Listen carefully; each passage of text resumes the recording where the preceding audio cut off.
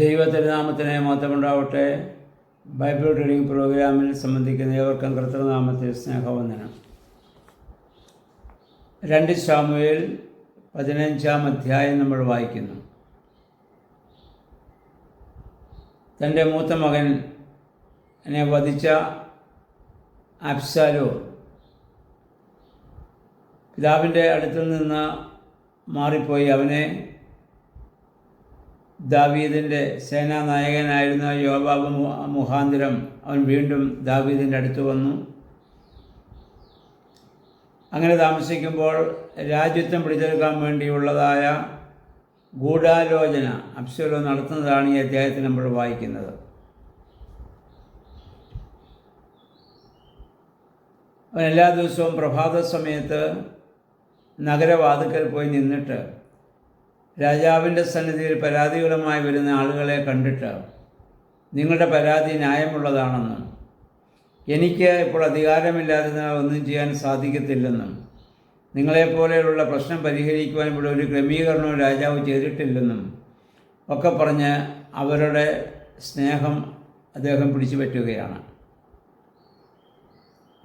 രാജകുമാരനായ തന്നെ കാണുമ്പോൾ വണങ്ങുന്നവരെ അദ്ദേഹം ചേർത്ത് പിടിച്ച് ചുംബിക്കുകയും അങ്ങനെ ജനങ്ങളുടെ പ്രീതി അദ്ദേഹം പിടിച്ചു പറ്റി. ദാവീദ് രാജാവ് ഇതൊന്നും അറിയുന്നില്ല. അല്ലാതെ കൊണ്ട് ജനങ്ങളുടെ എല്ലാം പ്രീതി പിടിച്ചു പറ്റിയിട്ട് എങ്ങനെയെങ്കിലും ദാവീദിനെ പുറത്താക്കി രാജ്യത്വം കൈക്കലാക്കുക എന്നുള്ളതാണ് അബ്ശാലോമിൻ്റെ ആലോചന. അതാണ് ഇന്നും ഇതേ രീതി അധികാരസ്ഥാനത്തിരിക്കുന്നവർക്ക് ചുറ്റുമുണ്ട്. അവരോട് ചേർന്ന് നിൽക്കുന്നവരൊക്കെ അവരറിയാതെ മാറി നിന്നവരുടെ കുറ്റവും നുണയുമൊക്കെ പറഞ്ഞ് അവരെ ആ പഴിചാരി അധികാരസ്ഥാനങ്ങളൊക്കെയും പിടിച്ചെടുക്കുവാനുള്ളതായ ഒരു ശ്രമം ഇന്ന് സഭയിലായാലും സമൂഹത്തിലായാലും എല്ലായിടത്തും നമുക്ക് കാണാൻ പറ്റുന്നുണ്ട്. പുതിയ നിയമസഭയിൽ ഇതുണ്ടായിരുന്നു. അപ്പോസ്തല പ്രവൃത്തികൾ 20-29-30 വാക്യങ്ങൾ വായിക്കുമ്പോൾ അപ്പോസ്തലനായ പൗലോസ് എഫേസൂസിലെ തൻ്റെ ശിഷ്യന്മാരോട് അദ്ദേഹം അവിടെ പറയുന്നുണ്ട്, ഞാൻ പോയതിന് ശേഷം ഉപദേഷ്ടാക്കൾ നിങ്ങളുടെ അടുക്കൽ വരും, അവർ വന്ന് നിങ്ങളെ വഴിതെറ്റിക്കും. ഇതൊക്കെ ആദിമസഭ മുതൽ പഴയ നിയമകാലം മുതൽ ഇന്നും എല്ലാ സമയത്തും പൈശാചികമായ ഈ ഒരു വലിയ ഒരു ശക്തി അധികാരസ്ഥാനത്തുള്ളവരെയും ഒക്കെ വളരെയേറെ ബാധിക്കുന്നതായ ഒരു കാര്യമാണിത്.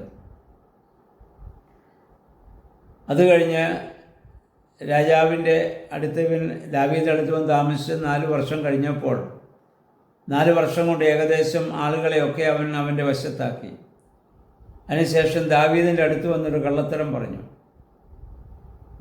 ഞാൻ ഇവിടെ നിന്ന് മാറി നിന്നതായ സമയത്ത്, പ്രതിസന്ധി ഘട്ടങ്ങളിലൂടെ പോയതായ സമയത്ത് എനിക്കൊരു നേർച്ച ഉണ്ടായിരുന്നു. ഹെബ്രോനിൽ ചെന്ന് ആ നേർച്ച കഴിക്കുവാൻ എന്നെ അനുവദിക്കണം. അവിടെയാണ് ആരാധന നടത്തുന്നത്. അപ്പോൾ ആരാധിക്കുവാനല്ലേ, നേർച്ചയ്ക്കല്ലേ, നല്ല കാര്യമെന്ന് പറഞ്ഞ് ദാവീദ് അവനെ യാത്ര അയക്കുകയാണ്. പക്ഷെ അവൻ അവിടെ ചെന്നപ്പോൾ കുറേ ആളുകളെയൊക്കെ ഇവിടുന്ന് കൂട്ടിക്കൊണ്ടാണ് പോയത്. അവരോട് പറഞ്ഞു, ഇവിടെ കാഹളം ഊതുന്ന സമയത്ത് നിങ്ങൾ വിളിച്ചു പറയണം, ഹെബ്രോനിൽ അബ്ശാലോം രാജാവായിരിക്കുന്നു. അങ്ങനെ ജനത്തെ കൊണ്ട് വിളിച്ചു പറയിപ്പിച്ച് സ്വയം രാജാവായി അദ്ദേഹം അവിടെ അഭിനയിക്കുകയാണ്. അത് കഴിഞ്ഞപ്പോഴാണ് ദാവീദ് കാര്യങ്ങളൊക്കെയും അറിയുന്നത്. അതുകൂടാതെ 12-ാം വാക്യം വരുമ്പോൾ വായിക്കുന്നുണ്ട്, ദാവീദിൻ്റെ ഉപദേഷ്ടാവായിരുന്ന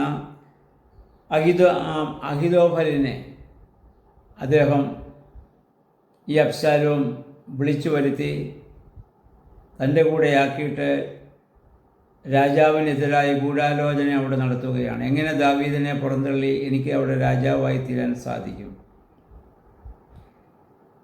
ദാവീദിൻ്റെ ഉപദേഷ്ടാവായിരുന്നതായ അഹിതോഫലും ഇവിടെ ഇപ്പോൾ അബ്ശാലോമിനോട് ഇവിടെ ചേരുകയാണ്. അപ്പോൾ അങ്ങനെയൊക്കെ അറിഞ്ഞവനായ ദാവീദിന് മനസ്സിലായി അബ്ശാലോം തന്നെ വധിക്കും. അതിന് മടിക്കുന്നവനല്ല അവൻ. സ്വന്തം സഹോദരൻ്റെ വരെ വധിച്ചവനാണവൻ. അവൻ അതിനൊന്നും അത് മടിക്കുന്നവനല്ല എന്ന് മനസ്സിലാക്കിയവനായ ദാവീദ് തൻ്റെ അനുയായികളുമായി അവിടുന്ന് ഓടി രക്ഷപ്പെടാൻ വേണ്ടി ശ്രമിക്കുകയാണ്. ആ കൊട്ടാരം കാക്കുന്നതിന് വേണ്ടി അർദ്ധനാരികളെ അല്ലെങ്കിൽ 10 ഷണന്മാരെ മാത്രം അവിടെ ആക്കിയിട്ട് അദ്ദേഹം അവിടെ നിന്ന് ഓടി രക്ഷപ്പെടുകയാണ്. അങ്ങനെ പോകുന്നതായ സമയത്താണ് ഗിത്യനായ ഇത്തായി എന്ന് പറയുന്ന ഒരാളെ അവിടെ വെച്ച് കാണുകയും ഞങ്ങളിവിടെ വരികാൻ അദ്ദേഹത്തോട് ആവശ്യപ്പെടുകയും അദ്ദേഹം കൂടെ അവിടെ പോകുന്നതായി നമ്മളിവിടെ വായിക്കുന്നുണ്ട്.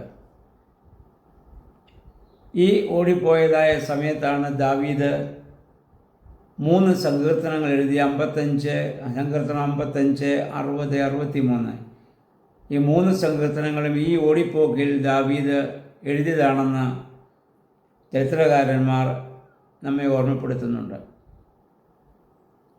അവനൊരു ദൈവപുരുഷനാണ് ദാവീദ്. ഒരുപാട് പ്രതിസന്ധിഘട്ടങ്ങളോട് പോയിക്കൊണ്ടിരിക്കുകയാണ്. ഈ സങ്കീർത്തനങ്ങളിലൊക്കെ മനുഷ്യജീവിതത്തിലുണ്ടാകുന്നതായ പ്രതിസന്ധി ഘട്ടങ്ങളും അവിടെ ദൈവം എങ്ങനെ മനുഷ്യനെ അത്ഭുതകരമായി വിടുവിക്കുമെന്നുള്ളതായ ആശയമാണ് ഈ 3 സങ്കീർത്തനങ്ങളിലുമുള്ളത്. അതെല്ലാം അദ്ദേഹം എഴുതുന്നത് ഇങ്ങനെയുള്ള സന്ദർഭങ്ങളിലാണെന്ന് ഓർക്കുക, അല്ലാതെ താൻ കൊട്ടാരത്തിൽ സുഖമായി വസിച്ചപ്പോഴല്ല. ജീവിത പ്രതിസന്ധി ഘട്ടങ്ങളിലാണ് ഇങ്ങനെയുള്ളതായ ദൈവികമായ ചിന്ത നമ്മിൽ ശക്തിപ്പെടുന്നത്. കൊട്ടാരത്തിൽ വസിച്ചപ്പോൾ പാപം ചെയ്യാനുള്ള പ്രേരണയാണ്, സുഖമായി കൊട്ടാരത്തിലിരുന്നപ്പോൾ പാപം ചെയ്യാനുള്ള പ്രേരണയാണ് ദാവീദിൻ്റെ ജീവിതത്തിലുണ്ടായത്. അങ്ങനെയാണല്ലോ ഊരിയാവിൻ്റെ ഭാര്യയായ ബേർശേബയെ താൻ സ്വന്തമാക്കുന്നത്. നമ്മുടെ ജീവിതത്തിലും ഇതുപോലെയുള്ള പ്രതിസന്ധി ഘട്ടങ്ങളൊക്കെയും ദൈവത്തിന് നമ്മളോട് ഇടപെടാനുള്ള, സംസാരിക്കുവാനുള്ള അവസരമായി നമ്മളതിനെ കാണണം. അതിനെ ശിക്ഷയായോ ശാപമായോ കാണാൻ പാടില്ല. സുഖലോലുപതയിൽ നമ്മൾ കഴിയുമ്പോൾ പാപചിന്തകളും പാപപ്രവൃത്തികളുമാണ് നമ്മിലേക്ക് വരിക. ജീവിതത്തിൻ്റെ എല്ലാ പ്രതിസന്ധി ഘട്ടങ്ങളിലും ദൈവത്തെക്കുറിച്ച് നമ്മൾ ചിന്തിക്കുകയും ദൈവിക ചിന്ത നമ്മിലുണ്ടാവുകയും ആ സമയത്ത് ദൈവത്തിൻ്റേതായ വലിയ നടത്തിപ്പും അനുഗ്രഹവും നമുക്ക് പ്രാപിക്കാൻ സാധിക്കുകയും ചെയ്യും. അതുകൊണ്ടാണ് ഇങ്ങനെയുള്ളതായ അനുഭവങ്ങളൊക്കെയും ദൈവം വിശ്വാസിക്ക് നൽകുന്നതായ സ്നേഹത്തിൻ്റെ പ്രതീകമാണെന്ന് പിതാക്കന്മാർ പറഞ്ഞതും അതിനെയൊക്കെ സന്തോഷത്തോടെ എല്ലാ ക്രൂശിൻ്റെ അനുഭവങ്ങളെയും അവർ സ്വീകരിച്ചതും അതുകൊണ്ട് തന്നെയാണ്. അതിൻ്റെ 30-ാം വാക്യത്തിൽ നമ്മൾ വായിക്കുന്നു, ദാവീദ് ഉരുമല കയറുന്നത് നഗ്നപാതനായി തല മൂടിക്കൊണ്ട് കരഞ്ഞുകൊണ്ടാണ്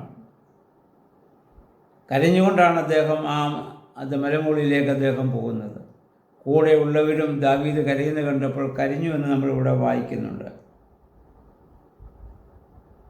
തൻ്റെ ഉപദേഷ്ടാവായ അഹീതോവാദ് അബ്ശാലോമിനോട് ചേർന്നു എന്നറിഞ്ഞപ്പോൾ ദാവീദിന് വളരെ ദുഃഖമുണ്ടാവുകയും ദൈവമേ അവൻ്റെ ആലോചന വ്യർത്ഥമാക്കണമേ എന്ന് ദാവീദ് പ്രാർത്ഥിക്കുകയും ചെയ്യുന്നതായി നമ്മൾ വായിക്കുന്നുണ്ട്. നമുക്കെതിരായി നമ്മുടെ കൂടെ നിൽക്കുന്നവർ തന്നെ നമ്മളെ ചതിക്കുന്ന, നമ്മുടെ കാലുവാരുന്ന പല അനുഭവങ്ങൾ നമ്മുടെ ജീവിതത്തിൽ നമുക്കൊക്കെയും ഉണ്ടായിട്ടുണ്ടല്ലോ. അത് പഴയ നിയമകാലം മുതലുള്ളതായ ഒരു സ്വഭാവമാണ്. പൈശാചികമായ പ്രലോഭനങ്ങൾക്കും പ്രകോപനങ്ങൾക്കൊക്കെ മനുഷ്യന് വിധേയമായിട്ട് അപ്രകാരമുള്ള സാഹചര്യങ്ങൾ മനുഷ്യ ജീവിതത്തിലുണ്ടാകാം. എന്നാൽ അങ്ങനെയുള്ളതായ പ്രതിസന്ധി ഘട്ടങ്ങളെ അതിജീവിക്കാൻ സാധിക്കുന്നത് ദൈവസന്നിധിയിലുള്ള നമ്മുടെ പ്രാർത്ഥനയും നമ്മുടെ സമർപ്പണവുമാണ്. ദാവീദിനെ പോലെ നഗ്നപാതനായി ഉലിയുമല കരഞ്ഞുകൊണ്ട് കയറി തലയിലൂടെ അവൻ തുണിയുമിട്ട് അവൻ കരഞ്ഞുകൊണ്ട് ആ മല കയറിയതുപോലെ ജീവിത പ്രതിസന്ധി ഘട്ടങ്ങളിലും ദൈവസ്ഥനിൽ നമ്മെ തന്നെ പൂർണ്ണമായി സമർപ്പിക്കാം. ദൈവം നമ്മളോട് ഉത്തരമരുളും. അവൻ നമുക്ക് സംരക്ഷകനായിരിക്കും.